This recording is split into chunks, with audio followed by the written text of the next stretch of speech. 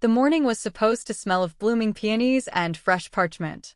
Instead, the air in the third-floor hospital corridor was thick with the faint, sterile stench of antiseptic and wilted lilies from the nearby nurse's station.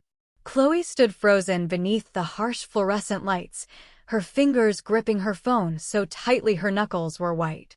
She was dressed in a meticulously tailored cream suit chosen specifically for City Hall. She had waited on the courthouse steps for 2 hours, watching other couples laugh and take photos with their freshly stamped marriage certificates. She had called him 6 times. On the 7th try, the screen had glowed with a single, abrupt text message. Cecilia isn't feeling well. I have to go to her. They were supposed to sign their marriage certificate today. The wedding was tomorrow. And yet, here she was, having hailed a cab across town in her bridal white, chasing a groom who was busy playing savior to another woman. When William finally appeared from around the corner, Chloe's heart didn't flutter. It sank. He looked more exhausted than a groom on the eve of his wedding had any right to be. His tie was loosened, his designer shirt wrinkled, and he carried a half-empty cup of vending machine coffee. He didn't look like a man about to apologize. He looked like a man annoyed that he had been caught. By the time he stopped in front of her, Chloe's patience had already frayed to its absolute breaking point. So, Chloe said, her voice steady but carrying a cold edge that echoed off the linoleum floors. Shall we go back and get the certificate today, or is there another excuse? William sighed, rubbing the bridge of his nose before running a hand through his disheveled hair. Another day, Chloe. Please. Not right now. The wedding is booked for tomorrow, William. The guests are arriving. The venue is paid for. So, what if it's booked? He threw his hands up in a gesture of exhausted martyrdom. We can have the ceremony without the piece of paper. It's just a formality. I told you, my sister-in-law is unwell. Her blood pressure dropped. She was dizzy. We can go to the registry after the weekend. She won't die.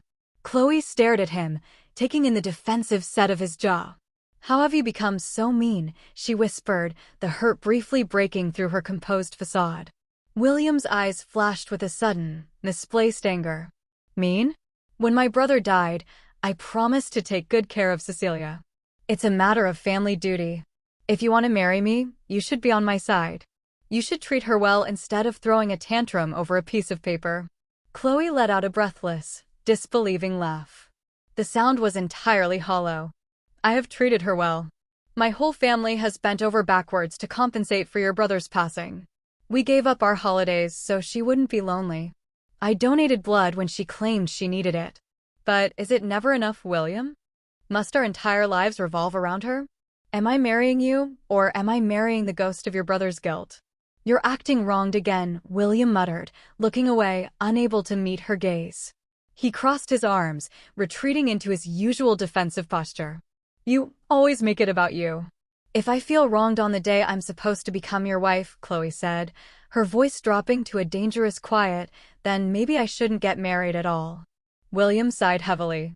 It was the sound of a man who believed he was bearing the weight of the world, profoundly misunderstood by everyone around him. Look, we need to talk about something anyway. After my brother left, Cecilia has always wanted a child. It's all she has left of him, conceptually. He paused, swallowing hard. I've promised her. I'll be the biological father of her child. The words hung in the air, heavy, absurd, and suffocating. The buzzing of the fluorescent lights suddenly sounded deafening to Chloe. She stared at the man she had loved for 6 years, the man she had built a life with, compromised for, and defended. He looked like a stranger. You want to have a child with your sister-in-law. Chloe stated it not as a question, but as a bizarre, horrifying fact. Don't put it so bluntly, William hissed, glancing down the hallway to ensure no one was listening. It's not dirty like you think. It would be IVF. It's just biology, Chloe. It's giving her a piece of the family back. I'd just be the donor. I'm officially informing you, Chloe said. Her voice didn't shake. There were no tears in her eyes. The fire of her anger had burned out, leaving nothing but a vast, freezing wasteland of absolute clarity. If you do this, we are breaking up. The wedding is off. William scoffed, a bitter, arrogant sound. He stepped closer, looking down at her with a mix of pity and annoyance. Break up. Whatever. You've loved me for 6 years, Chloe. You've tolerated everything because you know we belong together. Do you really think you can live without me? You're just using your love to oppress me into abandoning my family. Think it over yourself. Cool down. I'm going back in to see Cecilia. He didn't wait for her answer. He turned on his heel and walked away, his footsteps fading as he pushed open the door to the VIP ward, leaving Chloe entirely alone in the sterile hallway. She stood there for a long moment. She looked down at her cream suit. She thought of the 6 years of canceled dates, ruined anniversaries, and gaslighting. William thought she was throwing a tantrum. He thought she would be waiting at the altar tomorrow, compliant and broken, ready to accept third place in her own marriage. She didn't shed a single tear. Instead, she reached into her designer purse and pulled out her phone. Her thumb moved swiftly over the screen, dialing a number she had saved months ago but never had the courage to call. "Hello," Chloe said, her voice echoing with newfound strength. "Is this the Premier Moving Company?" "Yes. I need a crew at my address. Right now." The morning of the wedding was chaotic, but devoid of the champagne-fueled, giddy joy a bride typically anticipates. Chloe sat in the dimly lit dressing room of the Grand Plaza Hotel, staring blankly at her reflection in the vanity mirror. She wasn't wearing white. Instead, she was draped in a muted, silver-gray gown, bridesmaid's dress. Her apartment was already empty, her boxes sitting in a storage unit thanks to the movers she had hired the day before, but she had come to the venue anyway. She had come to end this on her terms. The door clicked open and William stepped in, looking resplendent in his bespoke tuxedo, but wearing an expression of harried annoyance.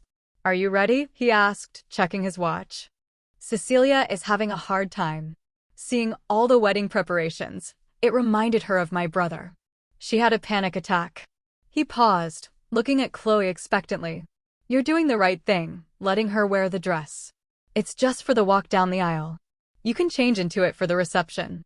The dress in question was $1 million custom-commissioned gown of chantilly lace, silk tulle, and hand-sewn pearls. It was tailored exclusively for Chloe's measurements. "I told you I would walk behind her, William," Chloe said, her voice devoid of any emotion. "Let's just get this over with." William breathed a sigh of relief, completely misinterpreting her icy calm for submission. "Thank you. I knew you'd understand. You're always the sensible one." Outside in the grand, vaulted hall, 500 guests sat in hushed expectation. Crystal chandeliers cast a warm glow over arrangements of white roses. When the heavy organ chords of the wedding march began to play, murmurs of anticipation rippled through the crowd. The double doors opened. But the woman walking down the aisle was not the bride. It was Cecilia. She wore the $1 million gown, smiling bravely beneath a sheer veil, playing the part of the tragic, beautiful heroine to perfection. And there, 2 steps behind her, forced into the role of a glorified attendant, walked Chloe.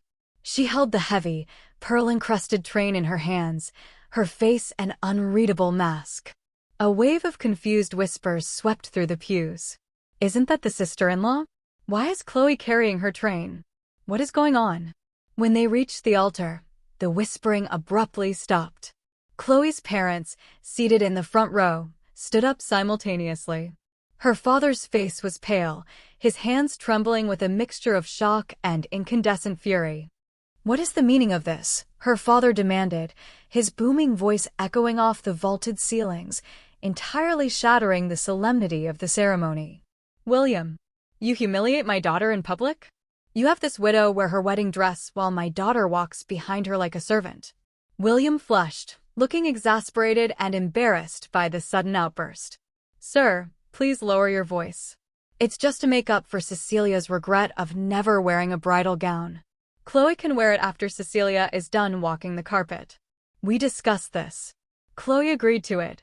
"I agreed," Chloe said, her voice slicing through the tense silence like a newly sharpened blade, "because my repeated tolerance over the years only made you push your luck. I wanted everyone to see exactly who you are." Chloe stepped forward and opened her hands. The heavy silk train slipped from her fingers, pooling onto the marble floor like spilled milk. "You asked me to let her wear my dress," Chloe continued, turning to face William, ignoring the collective gasp from the guests. "Yesterday, you told me you planned to father her child. You have violated every boundary of our relationship, William. You don't want a wife. You want an incubator and a human shield for your sister-in-law." "Chloe, shut up. Don't be unreasonable," William hissed, his eyes darting frantically toward the flashing cameras of the society photographers at the back of the hall. "This is the wedding you've waited 6 years for. Do you want to ruin it?" "Yes," Chloe said firmly, looking him dead in the eye. "Listen carefully, William. I don't want the marriage you're offering me. I won't marry you today. I won't marry you ever." William's jaw clenched, his pride stinging violently under the scrutiny of hundreds of eyes. "You think I can't live without you? You think you can just walk away after everything?" Desperate to regain control, he reached into his tuxedo pocket and pulled out a small, velvet ring box, snapping it open to reveal a plain, slightly uneven silver band. "I made this ring myself," William declared, raising his voice so the front rows could hear his supposed devotion. "I spent 2 days in a workshop polishing it until my fingers bled. I didn't buy some meaningless diamond. Are you really going to throw my heart away over a misunderstanding?" Chloe looked at the tarnished ring. "I don't want your cheap charity, William. I want to break off the engagement." Before William could utter another furious word, a deafening bang echoed through the hall. The heavy oak doors at the back of the sanctuary had been slammed open. The morning sunlight poured in, silhouetting a tall, broad-shouldered figure. "Marry me, Chloe." The voice was deep, resonant, and unapologetically commanding. As the man stepped out of the blinding light and strode down the aisle, the whispers erupted into full-blown gasps. It was Gabriel. He was her childhood friend. The boy who had carried her heavy backpack in kindergarten, who had bloodied his knuckles protecting her from bullies in middle school, and who had quietly, painfully stepped back to watch her fall for William in college. He was dressed in an impeccably tailored charcoal suit, moving with the measured, confident stride of a man who had waited 2 decades for this exact moment. Gabriel didn't look at Cecilia. He didn't even glance at William. His dark eyes were locked entirely on Chloe.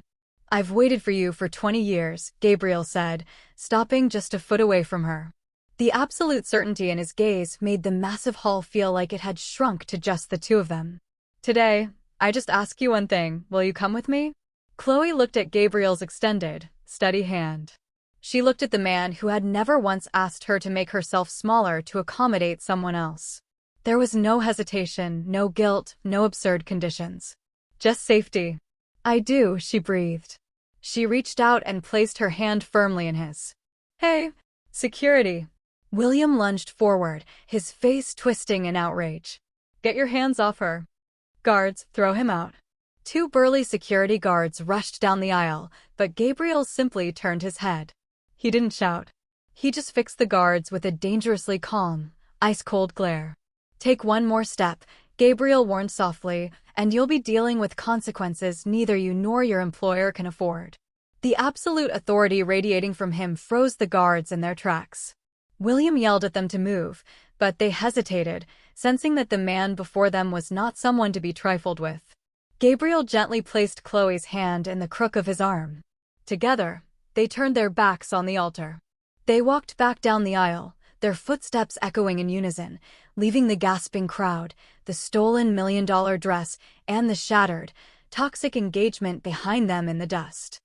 The VIP hospital room was suffocatingly quiet, save for the slow, rhythmic beeping of the heart monitor machine that was currently recording the perfectly steady pulse of a woman who claimed to be on the verge of collapse. William sat slumped in a vinyl armchair by the window, staring blankly at the small object resting in his palm. It was the silver ring. The band was slightly uneven, the metal dull in the harsh fluorescent light. He had spent 2 days in a metalsmithing workshop making it, convincing himself that his sweat and blood were worth more than any flawless diamond. Now, it just looked cheap. Chloe was gone. The absolute certainty in her eyes as she took Gabriel's hand played on a relentless loop in his mind. "William." He blinked, pulling himself out of his stupor. Cecilia was sitting on the edge of the hospital bed. She didn't look like a woman who had just suffered a severe, grief-induced panic attack. Her color was excellent, her breathing even, and she looked thoroughly bored. Her eyes fell to his open palm. A spark of greedy curiosity lit up her face, and she slid off the bed, walking over to him. "Is that the ring?" Cecilia asked, her voice adopting a sugary, placating tone. She reached out, her manicured fingers brushing against the silver. "William, it's so uniquely beautiful. Since Chloe is so ungrateful and doesn't cherish your hard work, I will wear it. I'll keep it safe for you." William frowned. His hand closed over the ring, pulling it out of her reach just before she could take it. A sudden, sharp instinct, one he had suppressed for years, cut through his usual blind devotion. "That is Chloe's wedding ring," William said, his brow furrowing. "How can you even suggest wearing it?" Cecilia rolled her eyes, a fleeting look of annoyance crossing her delicate features before she caught herself. "What's the big deal? You let me wear her $1 million dress today. A ring is just a piece of metal, William. Besides, she left you for another man. Why are you still defending her?" For the first time in 6 years, her voice grated on him. It didn't sound fragile or victimized. It sounded intensely, grotesquely entitled. He stared at her, really looking at her. The rosy cheeks. The confident posture. "Go back to bed, Cecilia," he said coldly. "Or better yet, go home. You seem perfectly fine." Cecilia pouted, sensing the shift in his mood. "I am feeling a bit better. I'll go get some fresh air," she muttered, grabbing her designer purse and slipping out of the room. The moment the door clicked shut, the silence rushed back in. William pulled out his phone and dialed his executive assistant, Marcus. "Marcus," William commanded, his voice tight. "I need you to pull the security footage from the hospital corridor from 3 weeks ago. The day before the wedding preparations started. The incident with my grandmother's heirloom jade bracelet." "Sir," Marcus replied, a hesitant pause on the line. "I looked into that at the time. The corridor footage from that specific hour was wiped from the server. Someone manually deleted it." A cold dread began to pool in William's stomach. "Deleted? By who?" "I don't know, sir. But after today's events, I took the liberty of having our cyber team look into the hospital's backup drives. They managed to recover a raw copy. I can send it to your tablet right now." "Do it." A minute later, William's tablet chimed. He opened the encrypted video file. The footage was grainy, stripped of audio, but the black and white images were damningly clear. He watched as Cecilia walked down the empty hallway alone. She stopped, looked around carefully to ensure there were no nurses or doctors nearby. Then, with deliberate, chilling precision, she unclasped the antique jade bracelet from her own wrist. She dropped it onto the terrazzo floor and brought her hard-soled heel down on it, twisting her foot until the priceless heirloom shattered into pieces. 10 seconds later, the edge of the frame showed Chloe turning the corner, carrying a tray of coffees. The moment Chloe came into view, Cecilia's entire demeanor shifted. She threw herself violently against the wall, sliding to the floor, her hands clutching her face as she began to heave with theatrical, silent sobs. She pointed an accusing finger at Chloe, gesturing to the broken jade. A moment later, William himself rushed into the frame, completely ignoring Chloe's confused defense, dropping to his knees to comfort the weeping Cecilia. The tablet slipped from William's trembling hands. It clattered onto the linoleum floor, the screen spider-webbing with cracks. She faked it. His breathing turned shallow as the horrific truth crashed over him like a tidal wave. If she faked the bracelet, she faked the dizzy spells. She faked the panic attacks. The blood. William felt physically sick. He remembered dragging Chloe to the clinic, forcing her to endure emergency blood draws because Cecilia claimed her anemia was acting up and she only trusted the family.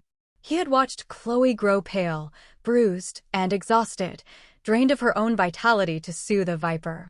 Every tear Cecilia had shed was a calculated lie.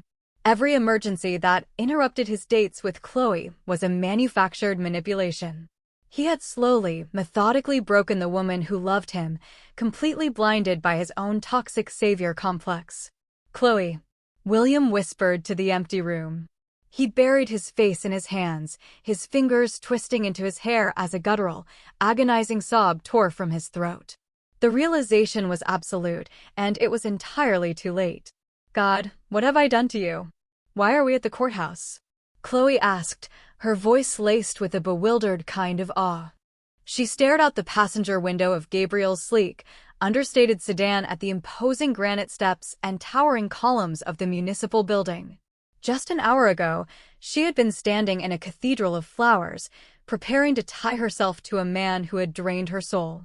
Now, the city hummed around them, mundane and wonderfully ordinary. Gabriel killed the engine and turned to her. He didn't look like a man who had just hijacked a high-society wedding. He looked completely at ease, a small, knowing smile playing on his lips. "You said I do back there," Gabriel pointed out, leaning his arm against the steering wheel. "I'm a man of my word, Chloe. I'm holding you to yours. Let's get the certificate out of the way before we go home and sleep for a week." Chloe blinked at him, her mind struggling to catch up with the sheer momentum of the day. She had just left a 6-year relationship in a spectacular, public ruin. The adrenaline was finally beginning to ebb, leaving behind a strange, floating sensation. But looking at Gabriel, his dark eyes steady, unwavering, and profoundly safe, the panic she expected to feel simply wasn't there. Instead, a profound, quiet peace washed over her. "Gabriel, I'm wearing a bridesmaid dress," she murmured, gesturing to the silver-gray silk. "And I left my ID and documents in my purse, which is currently sitting in the bridal suite." "I know," Gabriel said, his smile widening slightly. He reached into the back seat and retrieved a thick manila folder, tapping it against the dashboard. "Which is why I swung by your storage unit yesterday after you called the movers. I have your passport, your birth certificate, and everything else we need. Like I said, no backing out now." Chloe stared at the folder, then up at his face. The sheer level of care, the quiet anticipation of her needs without ever demanding credit for it, was the exact opposite of everything she had endured for the last 6 years. A genuine, breathless laugh escaped her lips. They walked up the granite steps hand in hand. They walked into the bureaucratic, fluorescent-lit office as childhood friends, and 20 minutes later, after signing on a dotted line with a cheap plastic pen, they walked out as husband and wife. Life with Gabriel was a stark, almost disorienting contrast to life with William. For the first few weeks, Chloe found herself subconsciously bracing for impact. She waited for the sudden, hysterical phone calls. She waited for Gabriel to drop her hand at dinner to run to someone else's rescue. She waited for the emotional blackmail, the silent treatments, the heavy sighs of martyrdom. They never came. Instead, there was just Gabriel. He brewed her coffee exactly how she liked it before she even woke up. He listened to her talk about her day without his eyes glazing over. There were no hidden agendas, no competing for first place. It was a slow, tender transition, built on a foundation of 20 years of friendship, blossoming into a deep and passionate marriage. One evening, a violent summer storm rolled in from the coast.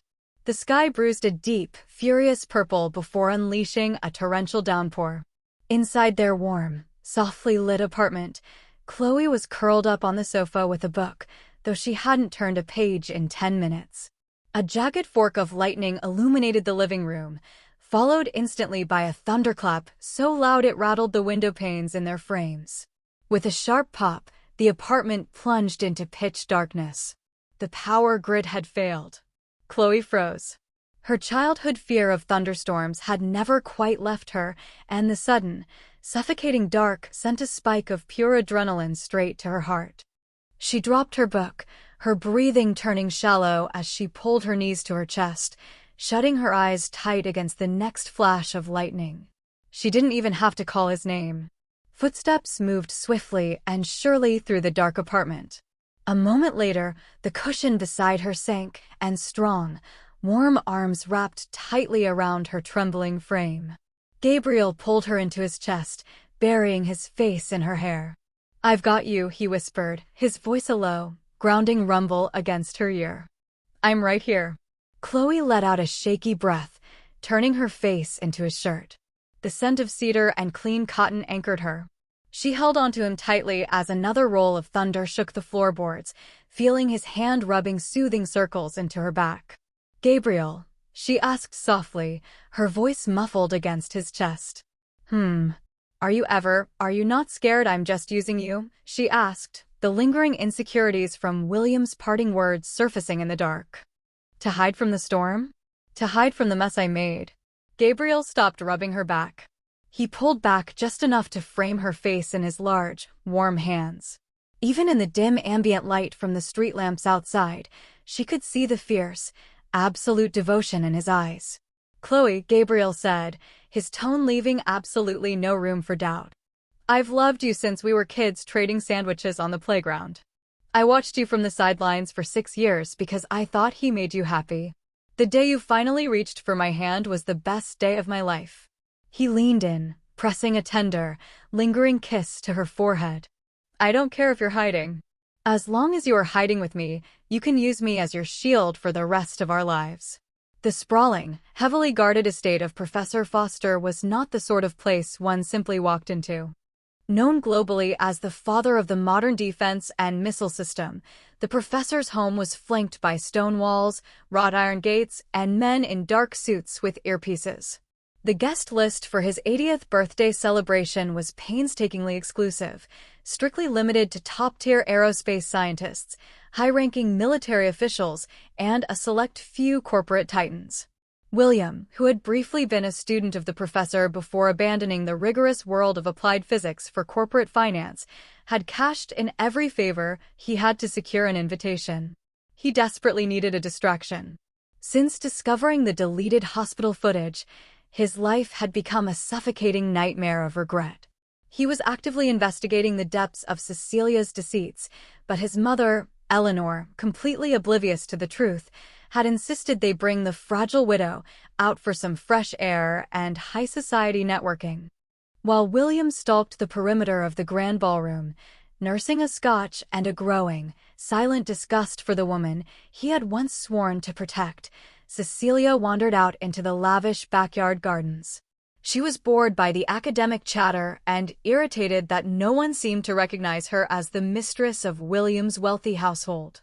As she clicked her heels down a winding, manicured stone path, she spotted an old man. He was sitting quietly in a simple, canvas folding chair under the shade of a large oak tree, wearing a faded cardigan, comfortably worn trousers, and a pair of reading glasses perched on the end of his nose. He was tossing breadcrumbs to a family of peacocks. Cecilia sneered, assuming he was a groundskeeper taking an unauthorized break. "Hey, old man," Cecilia barked, her tone dripping with the condescension she usually reserved for retail workers. "I'm looking for the prodigy of the Foster family. The grandson everyone is whispering about. Stop playing with the birds and point me in the right direction." The old man didn't look up. He calmly tossed another piece of bread. "Noisy," he murmured, his voice dry as autumn leaves. "Which family do you belong to, throwing your voice around like that?" Cecilia bristled, her face flushing with indignation. "I am Cecilia. I am the mistress of the William estate," she scoffed, stepping closer and casting a shadow over him. "Watch your mouth when you talk to me. You're just a servant. Get up when a guest addresses you." Before the old man could respond, a familiar, steady voice cut through the humid afternoon air. "Leave him alone, Cecilia." Cecilia whipped around. Chloe stood on the garden path, looking effortlessly stunning in an emerald silk dress. She had arrived earlier with Gabriel, who was currently inside the main house speaking quietly with several high-ranking generals. Cecilia's shock instantly morphed into a venomous sneer. The runaway bride. I didn't think security let street trash through the gates." She eyed the old man, then Chloe. "Still pretending to be the noble savior? Teaming up with this old slave to humiliate me." "I'm warning you," Chloe said, her voice dangerously calm as she closed the distance between them. "Walk away, Cecilia. You don't know what you're doing. Don't you dare talk down to me." Cecilia shrieked. Losing whatever shred of composure she had left, she raised her hand, aiming a vicious, open-handed slap at Chloe's face. But Chloe was no longer the exhausted, compliant woman she had been a month ago. With lightning-fast reflexes, Chloe caught Cecilia's wrist midair. Her grip was like a vice. Without missing a beat, Chloe shoved her backward, hard. Cecilia stumbled in her stilettos, her arms flailing, before she tipped backward and fell squarely into a decorative, muddy koi pond. The splash was loud, soaking her designer dress in algae green water and muck. "How dare you!" Eleanor's shrieking voice echoed across the lawn as she rushed onto the scene, William jogging close behind her. Eleanor rushed to the edge of the pond, hauling a sputtering, weeping Cecilia out of the water. "Chloe, you vicious creature! You strike my daughter-in-law!" Eleanor bellowed, her face purple with rage. She then rounded on the old man, who was still sitting in his folding chair, watching the spectacle with mild disdain. "And you insolent servant, just sitting there letting a guest be assaulted. I'll have you thrown out and fired immediately." The old man finally stood up. He took his time, deliberately brushing a few stray crumbs from his trousers. He bypassed Eleanor entirely and locked eyes with William, who had just arrived at the edge of the confrontation, panting. The old man shook his head, a look of profound, heavy disappointment settling on his lined face. "William, I gave you 6 years of my education, and you still have absolutely no eye for people." William went completely pale. The blood drained from his face so fast he looked as though he might faint. His scotch glass slipped from his fingers, shattering on the stone path. "Professor Foster," he breathed out, his voice trembling. Eleanor froze, her mouth hanging open. "Professor?" "This old slave," Foster said, his voice dropping to a glacial, commanding baritone, "is the master of this estate." He slowly turned his piercing gaze to Eleanor. "And you dare bring this viper into my home, insulting my guests, shouting at my birds, and threatening my family?" "Family?" William echoed, his mind spinning, unable to process the words.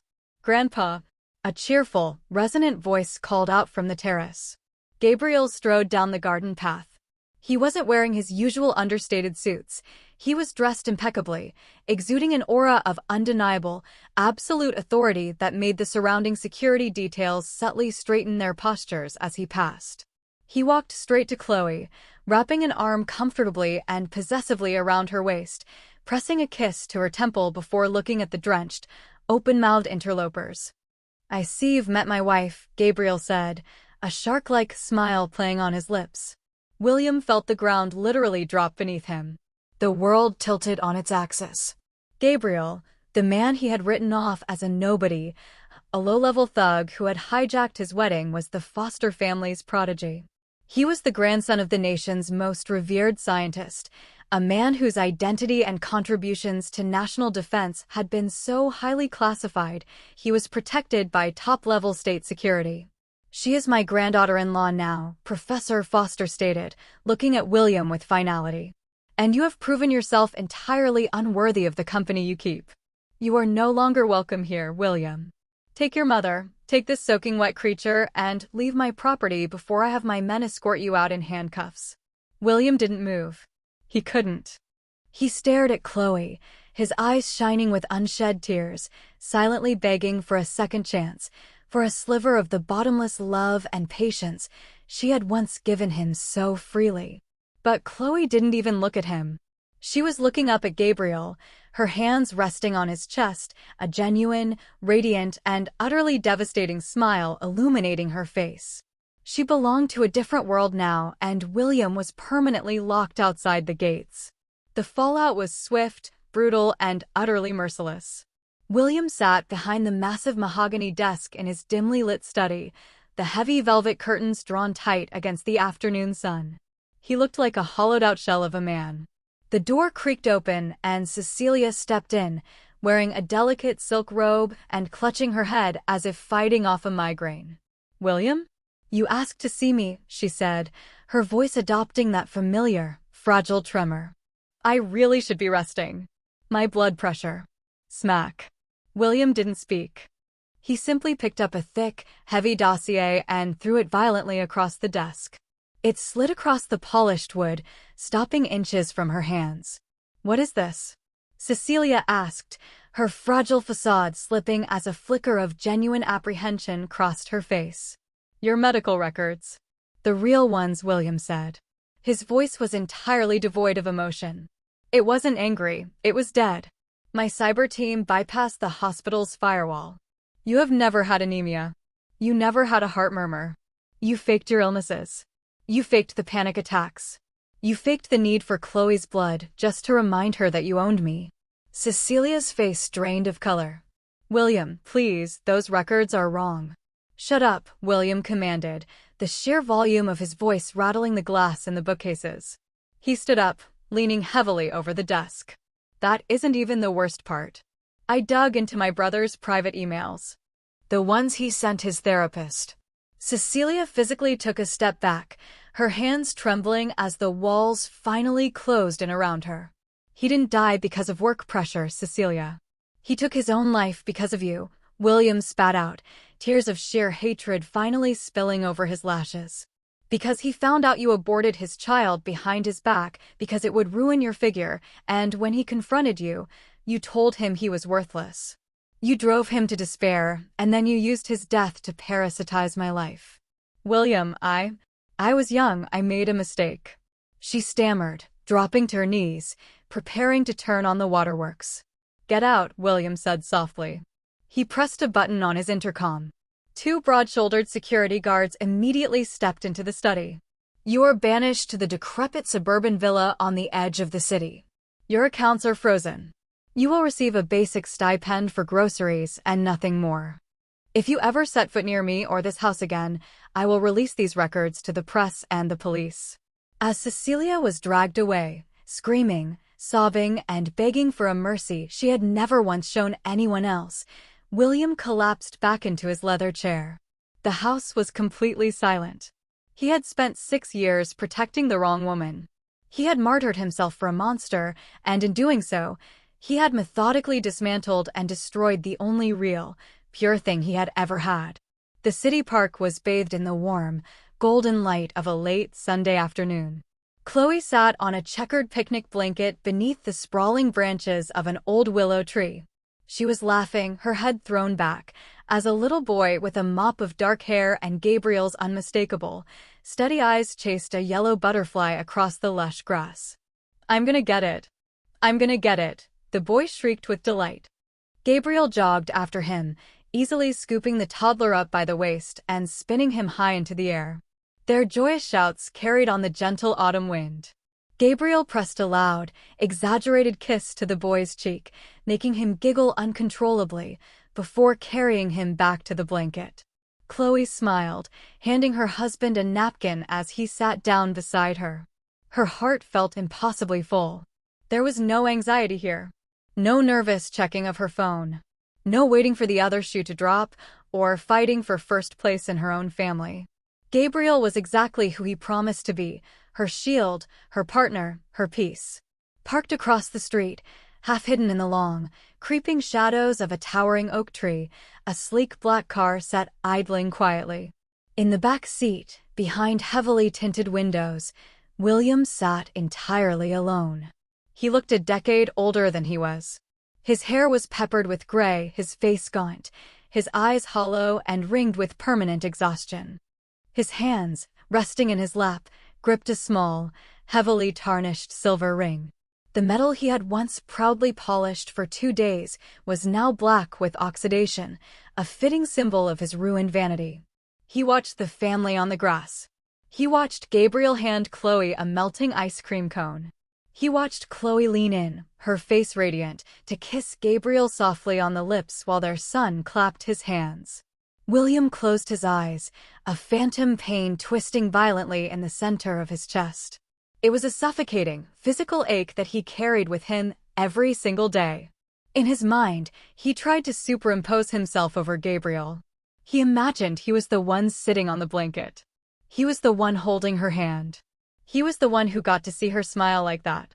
But the vision always shattered like brittle glass, leaving him exactly where he belonged, in the quiet, suffocating dark of a prison of his own making.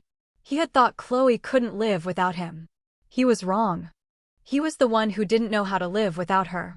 William slowly opened his eyes, taking one last, agonizing look at the life he had thrown away. He raised a trembling hand and tapped the glass partition dividing the car. "Drive," he whispered hoarsely. The driver nodded, putting the car into gear. The black sedan slowly pulled away from the curb, sliding into the traffic and leaving the warmth, the light, and the laughter behind forever. The end. Make sure to subscribe to the channel and click that notification bell so you never miss a single update.